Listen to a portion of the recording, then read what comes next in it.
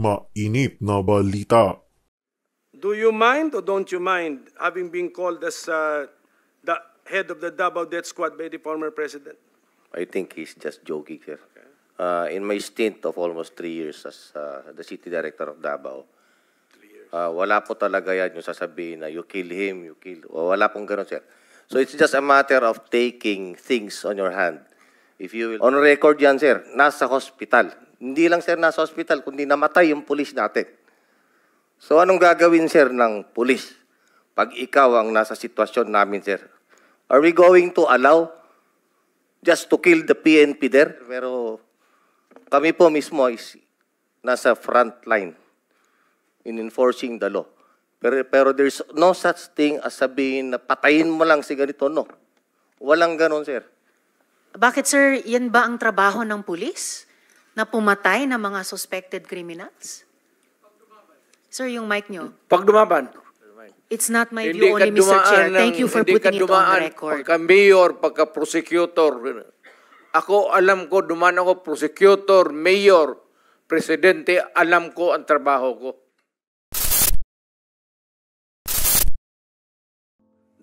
Danao, naging chief kayo. Do you mind or don't you mind having been called as the head of the Davao Death Squad by the former president? I think he's just joking, sir. Pero kagaya nga po ng sinabi ng ating mayor, sir, in my stint of almost 3 years as the city director of Davao, wala po talaga yan yung sasabihin na you kill him, you kill... Wala pong ganun, sir. So it's just a matter of taking things on your hand. If you will take it literally, yung sinasabi niya sa media. Kung ano yung sinasabi niya ngayon, sir, yun na yung sinasabi niya. Pero yung kamong sasabihin niya na, Danao, patayin mo sa ganito, there's no such thing, sir, na ganun. So walang ganong nautos. Is there a danger that your men will incorrectly interpret what the mayor was saying? Well, nung panahon ko, sir, as city director, I don't deny, sir, that there were some killings. Pero talagang, ang tao ko, sir, ilan din ang na-hospital dyan. Even in my term as my regional director of 4A in NCRPO and MPD, on record yan, sir, nasa hospital. Hindi lang, sir, nasa hospital, kundi namatay yung pulis natin. So anong gagawin, sir, ng pulis pag ikaw ang nasa sitwasyon namin, sir? Are we going to allow just to kill the PNP there? So siguro, sir, maging emotional man tayo rito, sir, pero kami po mismo is nasa front line in enforcing the law. Pero there's no such thing as sabihin na patayin mo lang si ganito, no. Walang ganon, sir. Sige. Can we hear from Catalino Cuy? Thank you, Mr. General, Chairman. yes, General.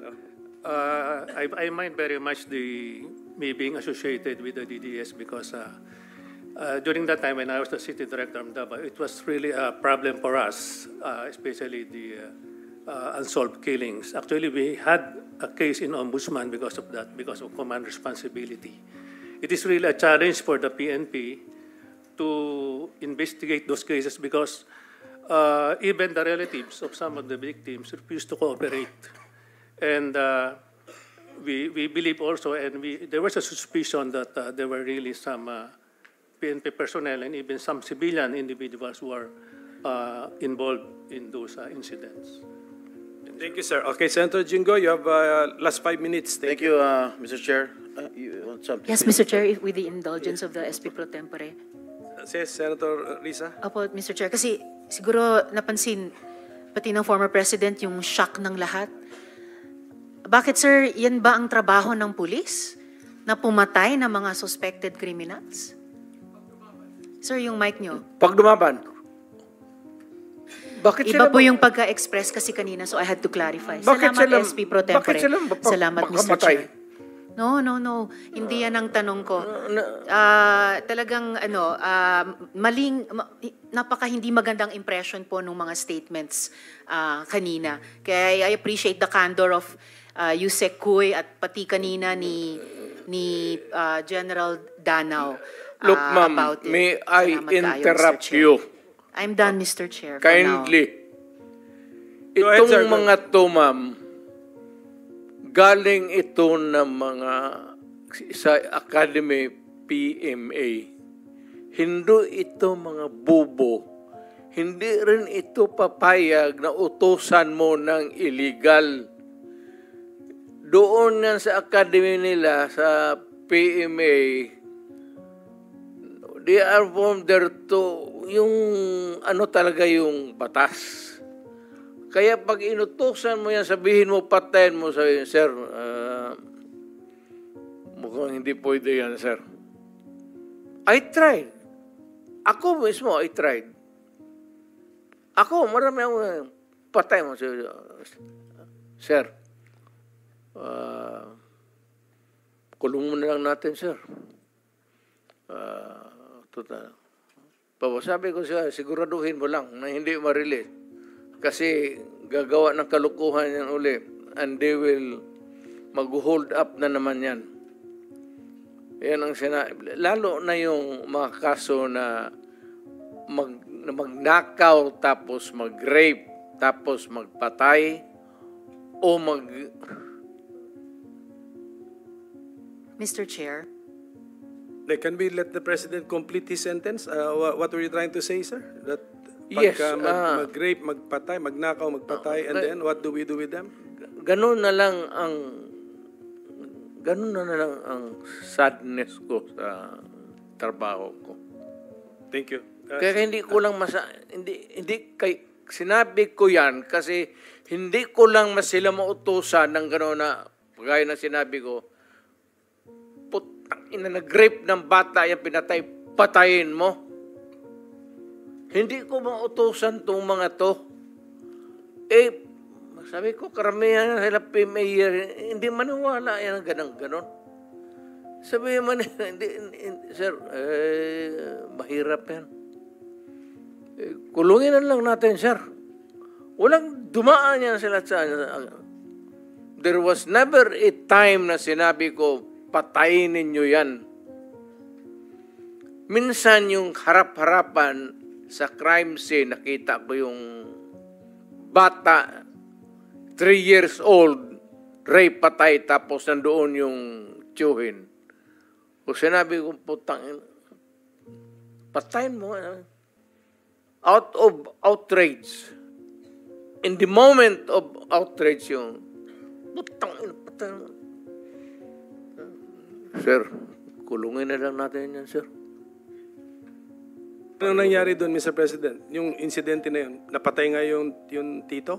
Pinatay? Hindi. Hindi. Mr. Chair. Yes, Senator Risa. Alam na alam ko po na matatalino mga taga-Philippine Military Academy. Hindi po yan ang issue.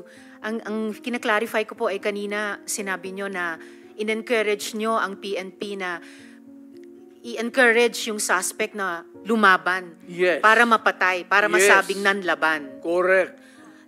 Correct. Para That was a very incorrect. Correct, yes. Very incorrect po, if I may Yes, say as a it's not civilian, a- sa professional police. It Salamat depends kayo, on, Mr. Chair.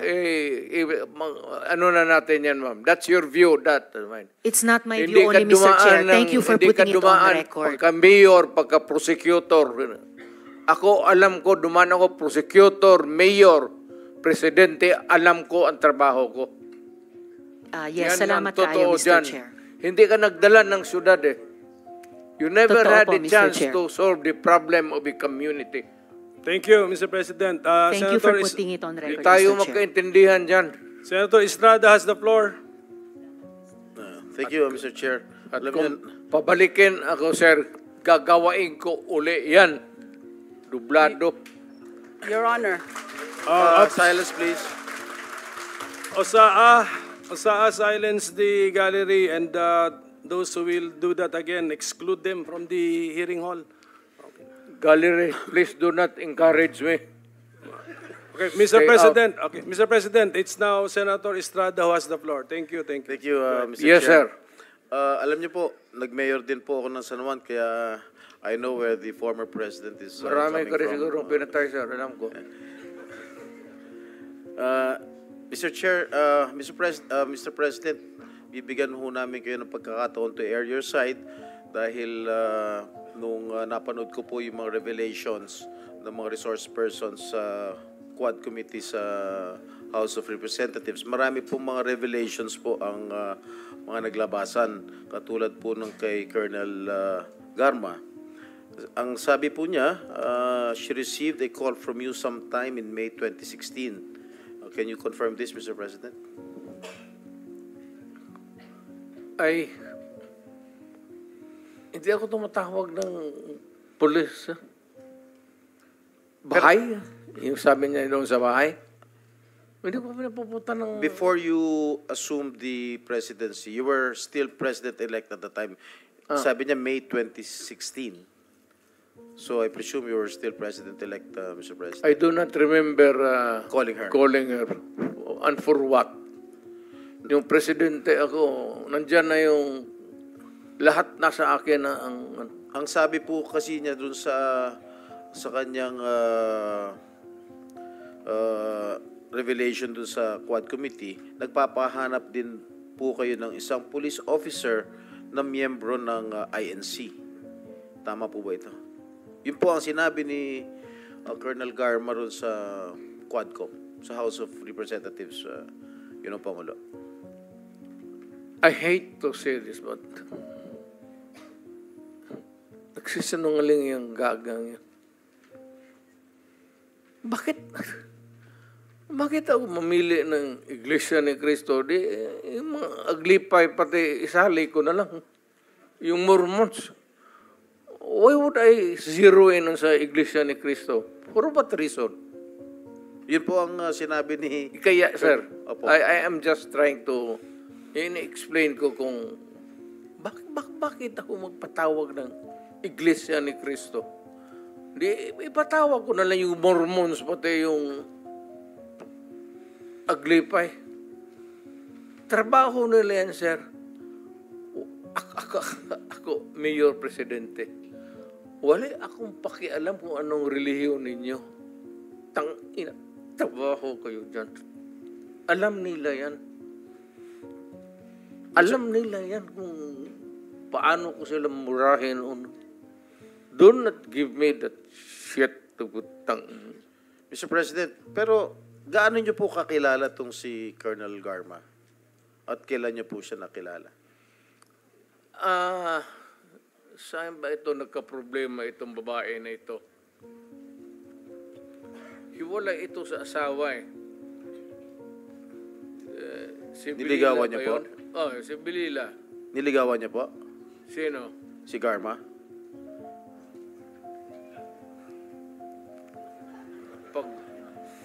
Kung wala na siguro akong ibang makita siya. Hindi, sir. Ganito naman. Hindi ko naman inaano. But, alam mo kasi, pag tao ko, alam nila yan. Parang close mo talaga. Kasi, ganun ako magtrato dito sa pulis eh. Ito sila, sir. Mabutit nandito kasi puro dumaan ito sila sa akin. Ganun talaga ako Pero bakit ho siya nagsasalita ng nagbibigay po ng revelation doon sa Quadcom na sinasabi nyo hindi po totoo na tinawagan nyo po siya noong May of 2016 at nagpapahanap po kayo ng isang police officer na miyembro ng INC? Hanggang ngayon, sir, it's a mystery to me. Bakit ko siya tatawagan at bakit ko sabihin sa kanya maghanap ng Iglesia ni Cristo na marami namang pulis sa Davao na membro ng Iglesia ni Cristo? Why would I specify a person belonging to a religious sect when, as a matter of fact, there are a lot of policemen who are members of the Iglesia ni Cristo in Davao City? What would be the point of asking for a special person? Hanggang ngayon, sir, hindi ko nga mafatong. So sabi ko, well, I don't know, but it's a lie. Or making up stories I don't know what she's driving at o ano ang gusto niyang Motibo. ipalabas sa at the end of the story. Mr. President, kilala niyo ba ho itong si General ba ito? Leonardo? Colonel Leonardo. Yes, sir. Sino po ang nagrekomenda sa inyo na i-appoint po si General Leonardo? Kasi base ho ron sa testimonya ni Colonel Garma, siya yung nagrekomenda kay Leonardo sa inyo para i-appoint. Totoo po ba? Wala, sir, kasi alam mo, I cannot create a unit sa police because we do not have that kind of authority now. Hindi ako pwedeng magtawag ng police dito, o sige, kayo ang unit and you are, you do this job. You have to clear it with the, at hindi papayag itong mga chief of police kasi meron yan silang organization mismo for drugs and for itong whatever mga specialized narcotics, tapos itong mga smuggling. Hindi.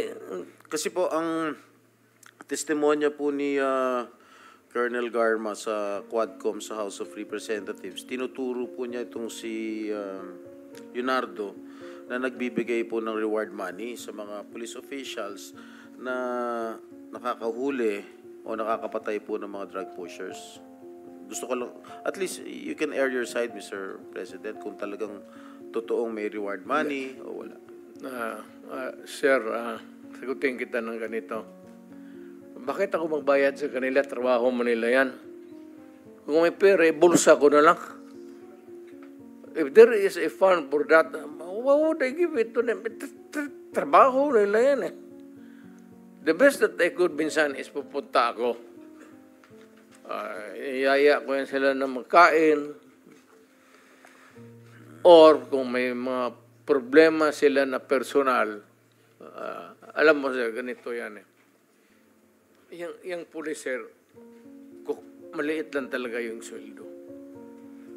Maliit talaga, hanggang ngayon maliit talaga ang sweldo. Pag hindi pumasok ang local chief executive o city mayor at may problema ang personal yung police, cancer ang asawa, sweldo, walang ibang puntahan yan, ikaw. Pag hindi mo tinulungan ang policer, patay. Yung sweldo nila cannot cope up with the demands of mga problema. Minsan, yung tanungin ko, ilan ang anak ko? Magsabi, alam nila yung estasyon. Sa estasyon nila, yung station commander sila. Tapos magtanong ako sa isang polis, ilan ang anak mo? Sabihin, 6. Sir, ito prangkahan. Nagagalit talaga ako. Putang. Sildo mo ng ganon, tapos sige ka, putulin ko yung, barilin ko yung, ganon. Nandito man sila, sir. And you can ask them. Stricto ako sa kanila, pero kaibigan ko sila. Ano ako sa policer? Because pagka may problema sila, nandyan ako sa kanila. Pro-police talaga ako at matagal akong nagturo sa Police Academy kasi noong practicing lawyer ako, wala masyado akong kita kasi bata pa ako. At maaga akong nag-asawa, magkaroon ako ng anak, kulang panggatas, kaya ako nagturo sa academy, kaya yan sila dumaan lahat sa akin. Lahat yan sila nakatikim ng lecture sa akin, sir. Wala akong sinabi sa kanila na pumatay ka ng tao, barilin mo, nakatalikod, ano yung sa law school ko, sir, yun ang tinuturo ko sa kanila. Yung criminal law ko, dito sa law school ko, yun ang dinala ko sa kanila. At mas maganda, kasi natitempla ko, I could use the common yung lingwahe nila. Kaya malapit yan sila sa akin. Pero alam nila pag nakasala sila, alam nila yan. Pagka sinabi ko nga sa kanila, ito, pardon, allow me to use the word. Sinabi ko talaga sa kanila, putang ina kayo mga polis kayo. Huwag kayong pumasok dyan sa droga. Huwag kayong pumasok sa kidnapping. Kasi ako mismo, ako ang papatay sa inyo. Ako ang magparil sa inyo. Totoo yan, sir. Ano yan? Buhay man sila lahat. Sabi ko, putang ina, huwag kayong pumasok dyan. Let's say kayo. Papatayin ko talaga kayo. Kaya yung pulis na nagkasala, sir, mga ganon, either pagka nagkasala, wala na. Mawala. Mawawala po? Oo, yan. Tanungin mo yan sila. Kasi sabi ko, papatayin ko talaga. Putang ina, pag nakita kita, patayin kita. At kung tanungin mo ako, sir, na may pinatay ako, hindi man ako ang iniimbestiga ngayon. So, hindi ako magsabi ng totoo. Mag-line na lang ako. Ako na lang po magtatanong, meron na ba ho kayong pinatay, Ginoong Pangulo? Sir, may may moments, lalo na sa yung outrage. Yung hindi ko matanggap yung minsan yung pamilya na ubusin mo, patayin mo, tapos i-rape mo. Mukhang sa akin yan, sir, talagang nawiwirla ako. Masyadong ang fuse ko dyan, mainit talaga ako. Alam nila yan. Kaya behave. Sir, ito tanongin mo, prangka-prangka. Nandito, or citizens of this country, anong pinaka-safe na city for the longest time hanggang ngayon? Tanungin ko kayo. Noong panahon po ng tatay ko, San Juan po. Kasi, sir, binaback-upan ako ng tatay mo. O, totoo. Huwag na lang tayo ilabas na lang natin.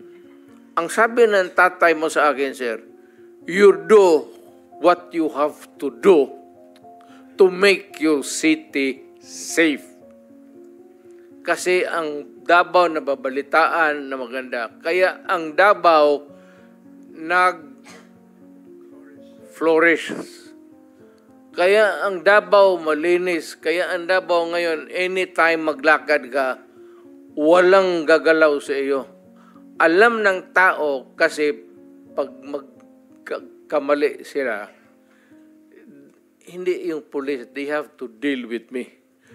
Dapat ako ang imbestigahin dito kung extrajudicial killing. Wala yan sila. Ako mismo ang... Mr. President, noong time na mayor ka, merong police na nag-involve sa droga sa Davao? Marami, sir. What happened to them as far as you know, Mr. President? Ayan, sila. Sila ang may alam. Sige, tanungin natin sila. Sinabi ko. Sige. Sabihin mo, 24 hours, sabihin mo sa putang inang pulis mo. Pag nakita ako yan, patayin ko. Sige ba, I will now take the time of Senator Estrada. So, sino yung... wag lang, sir. Huwag ka na lang lumayo. Yan yung katabi mo. Mamaya...